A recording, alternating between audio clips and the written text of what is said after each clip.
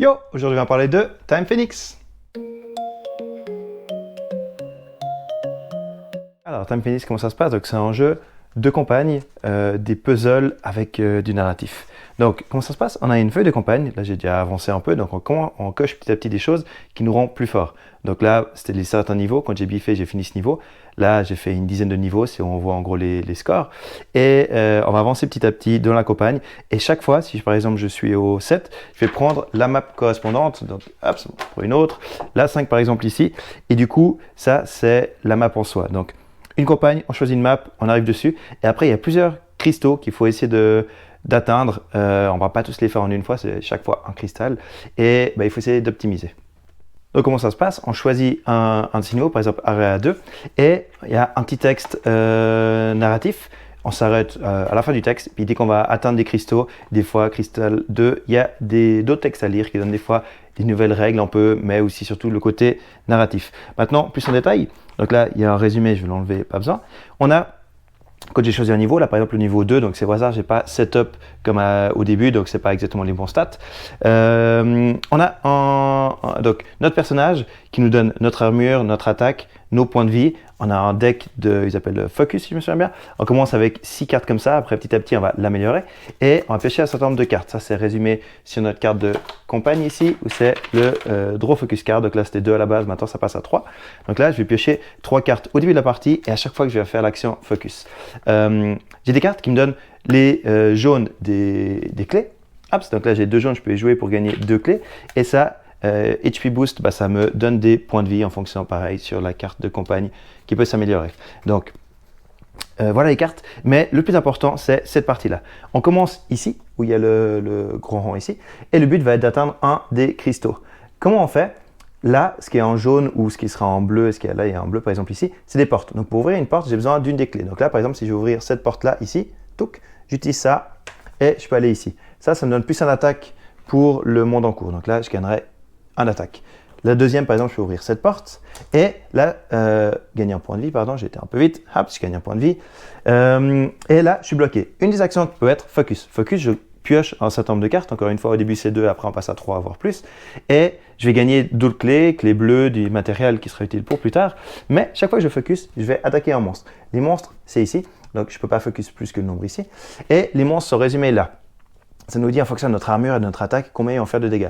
Là, j'ai 4 d'attaque, donc 3, 4, cette ligne-là. Et j'ai 1 d'armure, donc là, je prendrai 4 dégâts. Donc là, je suis à 19, je passe à 15. Si je focus et que je reprends des cartes. Et ensuite, petit à petit, je vais pouvoir ouvrir des portes. En fonction de ce que j'ouvre, je vais gagner des boosts, des points de vie comme ça. Et on voit que là, si j'ai 5 ou plus d'attaques, je le tue. Parce qu'en fait, lui, il a 5 points de vie et 0 d'armure. Donc si je fais 5, je le tape. Il n'a pas le temps de taper en retour. Donc je le one-shot. C'est pas pareil avec les autres monstres qui viennent de plus en plus durs. Ça, c'est le tout premier, le plus simple. Et on essaie d'optimiser pour aller jusqu'au bout. Je vais essayer de faire tac, tac, tac pour aller ici. Dès que j'arrive là, j'atteins le cristal. Et c'est la fin de ce monde. Donc je vais aussi vous montrer juste une autre carte. Allez, le numéro 4. Donc on voit que ça devient de plus en plus compliqué. Je vais essayer d'en prendre une autre après. C'est pas celle-là. Par exemple, celle-ci qui est une des dernières, beaucoup plus compliquée. Et on part d'un endroit, toujours là. On peut passer par en haut, où on veut. Il y a plein de calculs. Ça, c'est des clés qui nous permettent d'ouvrir les portes rouges ici. Et plein de choses en plus qui vont se rajouter. Donc ça vous donne l'idée de comment ça se passe pour ces puzzles. Alors vite fait, c'est un Kickstarter, donc on m'a envoyé un prototype, donc le matériel peut changer, les règles peuvent changer un peu comme d'habitude. On dit prenez avec un grain de sel. Je suis très honnête, je ne suis pas payé, j'ai aucune obligation, donc c'est mon avis honnête, mais voilà, je trouve important de le préciser. Alors, Time Phoenix, qu'est-ce que j'en pense? J'ai trouvé ce jeu excellent, voilà, mais tous les points que j'ai, ils sont principalement négatifs. Pourquoi? Parce que Caravel Games, qui a sorti ce jeu, avait sorti un autre jeu avant qui était Twisted Little Passages, où c'était un livre comme ça, même principe, où il y a plein de maps et du coup, on devait aller le plus loin possible. Du coup, j'ai adoré ce jeu, je pense que c'est mon jeu de puzzle préféré. Et quand j'ai vu que sortait un truc narratif, campagne, j'ai dit écoutez, si je peux tester le prototype, c'est avec plaisir. Ils m'ont envoyé le jeu, donc merci beaucoup. Et du coup, il il est très cool, mais j'ai préféré l'autre. Du coup, voilà le pourquoi je vais peut-être pas en dire autant de bien qu'il mériterait. Donc, les points. Déjà, je trouve qu'il y a beaucoup de matériel, beaucoup de choses, plein de tokens à gauche à droite qui sont pas forcément utiles. On perd un peu en clarté, je me suis plus vite perdu que l'ancien par exemple. Donc ça, on commence à s'y faire, on comprend très vite à quoi sert quel truc. Après quelques maps, on comprend direct. Mais c'est un point que j'ai trouvé un peu négatif et même si ça s'habitue un peu, j'aurais préféré un peu moins de matériel.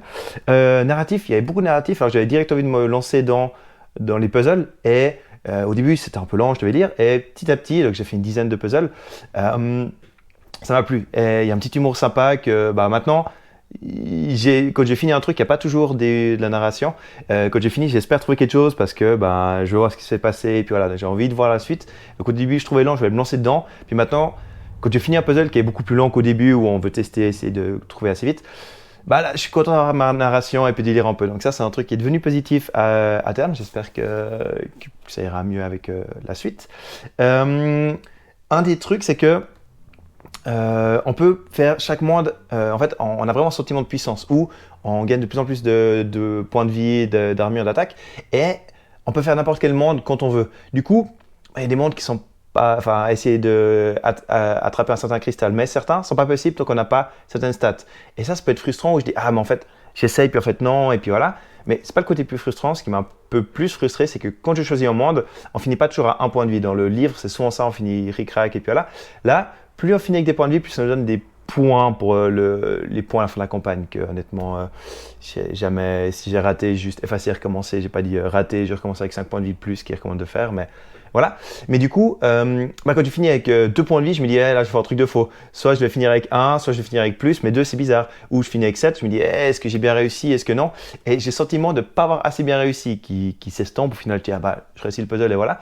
Mais si je réussis avec 7 points de vie, je dis, peut-être que j'aurais pu le faire avant, puis du coup, le réussir à 1. Donc, du coup, j'ai peut-être eu la solution facilité, et puis voilà. Et ça, j'ai du mal à m'y faire. Donc, voilà, en quelques mots, les points négatifs, surtout par rapport à l'autre, mais c'est quand même un jeu de puzzle excellent où j'optimise, ok, il me faudra tes clés, je peux passer par là, qu'est-ce qui est le mieux, attaque, défense, alors je vais passer pour l'attaque, ok, mais du coup je perds une clé bleue, donc est-ce que je peux toujours prendre ce chemin? Non, donc je peux essayer 2 clés bleues, donc ces deux-là, et vraiment on a ce côté puzzle où on optimise, on revient en fait, que j'ai trouvé vraiment excellent, comme dans le premier. Encore une fois, personnellement, légère préférence pour le premier est un jeu excellent, vraiment, et du coup celui-là est très bien. Voilà, j'espère que j'ai été assez clair en un peu plus de 3 minutes pour vous expliquer mon ressenti général. N'hésitez pas à me poser des questions pendant le Kickstarter. Voilà, j'espère que ça vous aura été utile et sur ce, je vous dis à la prochaine. Oh, j'y cours vers là, le temps de jeu perdu. Les amis se moquent de tes espoirs déchus. La prophétie écrite en vieux chinois dit que jamais tu gagneras.